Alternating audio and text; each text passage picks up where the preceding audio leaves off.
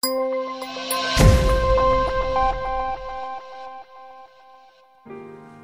Quality Migrant Admission Scheme was introduced in 2006 with the intention to create a visa class for those highly talented people who might be willing to take up residence in Hong Kong without actually having any core reason for coming here in the first place. Flexible as ever, the Immigration Department developed the Quality Migrant Admission Scheme in order to provide a mechanism to be able to compete with other developed economies' immigration programs which have been established on the basis that it can only be good if you allow smart people to live in your community.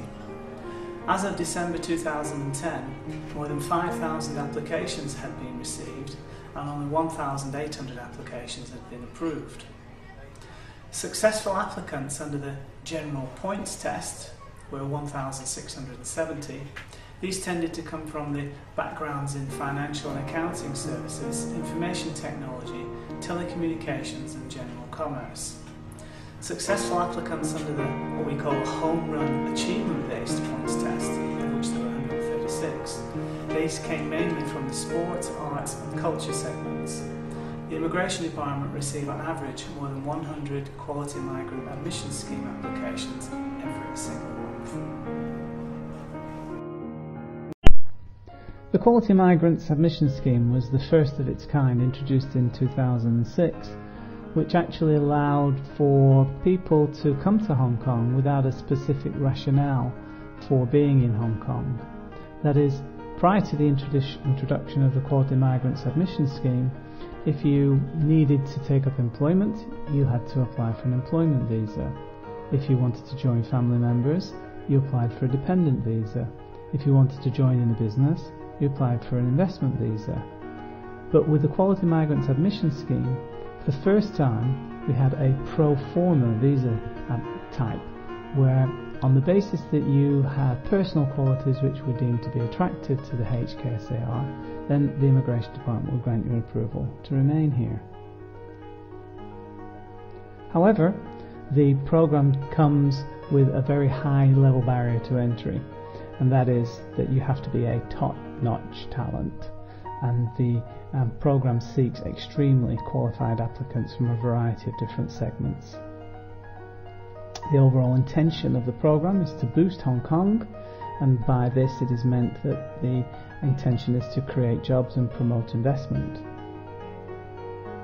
Whilst there is a cap on the number of visas that can be issued under this program, that cap is reviewed on a regular basis, but whilst it has not yet been reached per se, the fact that there is a quota does impact on who's selected, because the selection committee are always looking to see that there is space available within the current quota set to accommodate future applicants who have not yet presented their cases but who would be deemed top-notch under the current approvability criteria.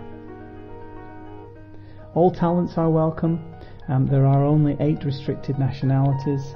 These are people from Afghanistan, Albania, Cambodia, Cuba, Laos, North Korea, Nepal and Vietnam. And whilst the program is open to all comers effectively, there are 3 hurdles to jump, and the application process is not particularly straightforward. Somewhat unusually for the Immigration Department, they have put out a very comprehensive, excellent book detailing how the Quality Migrant Admission Scheme program is administered. But by way of a review of the essential elements of the program, let's take a look at what is required from 39,000 feet, so to speak. There is a 3-tier approvals process. There are must-meet criteria, then the application of either the General Points Test or the Achievements-Based Points Test, and once you are satisfying the number of points required, you put into the selection pool for consideration by the formal selection committee. Interestingly, once you're approved, the nature of the visa consent basically means that you can engage in any lawful activity. There's no specific purpose for residency needed post-approval. The mere fact of your presence will suffice for the purposes of the approval that you're granted. You're given 1 year initially, and in that time you're given the opportunity to, quote, take steps towards settlement. and at the next extension point 1 year hence you need to show that you have joined in some sort of business or taken up some sort of employment, or if you've been admitted on the achievements-based test, that you have the necessary finance available such that you can be resident without being a drain on public resources.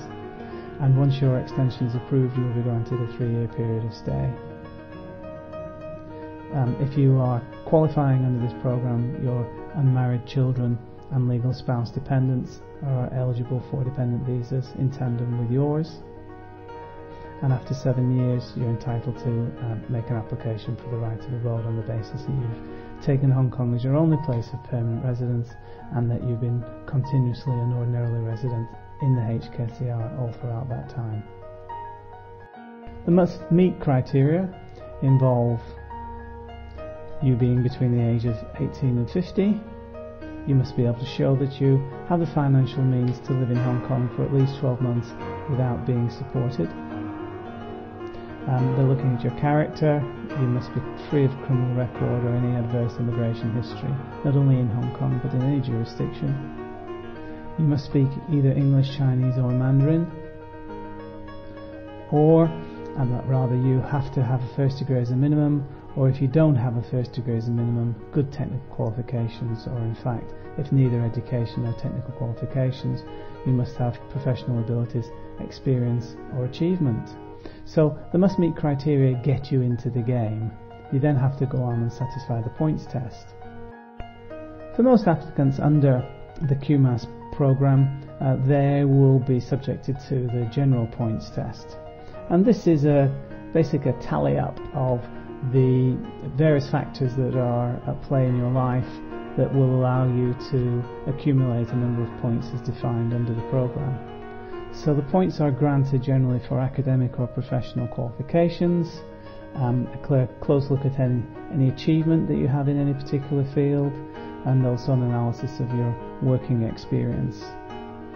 There is a look to the immediate family connections you've got in Hong Kong, just exactly how your spouse stacks up in terms of her educational attainment, and how many dependent children that you have, in addition to the languages that you speak.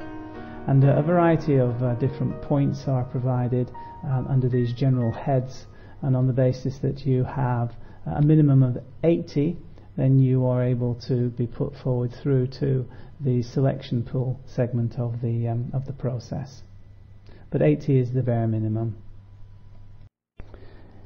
If you are an special talent that have accomplished major things in a particular field, such for example you've won an international prize, you've represented your countries in the Olympics, you have certain prowess or you have achieved recognition in your particular field, then you can apply under the achievements-based points test.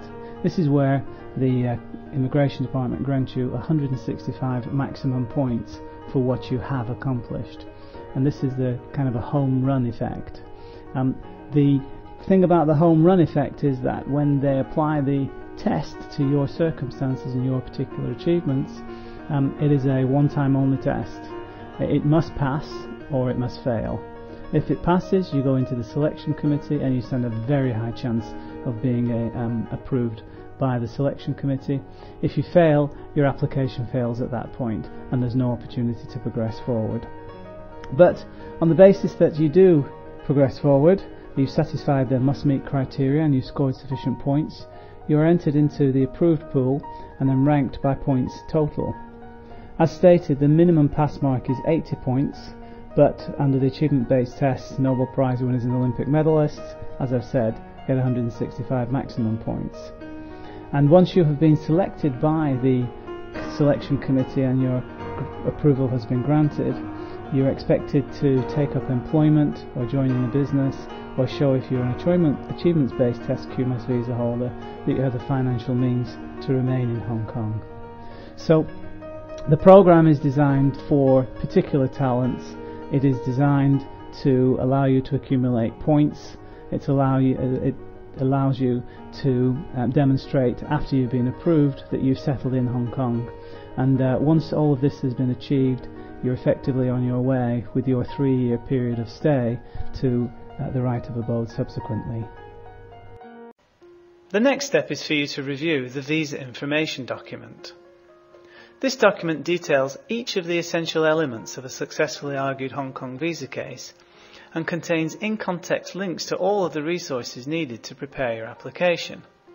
These include application templates, the online application forms, screencasts on how to complete the forms, a checklist of all the documents you need to prepare as part of the submission bundle, a crib sheet on how to submit your application, and audio discussions of some of the finer points of official policy and procedures and specific case examples from the past which will serve to help you by way of illustration.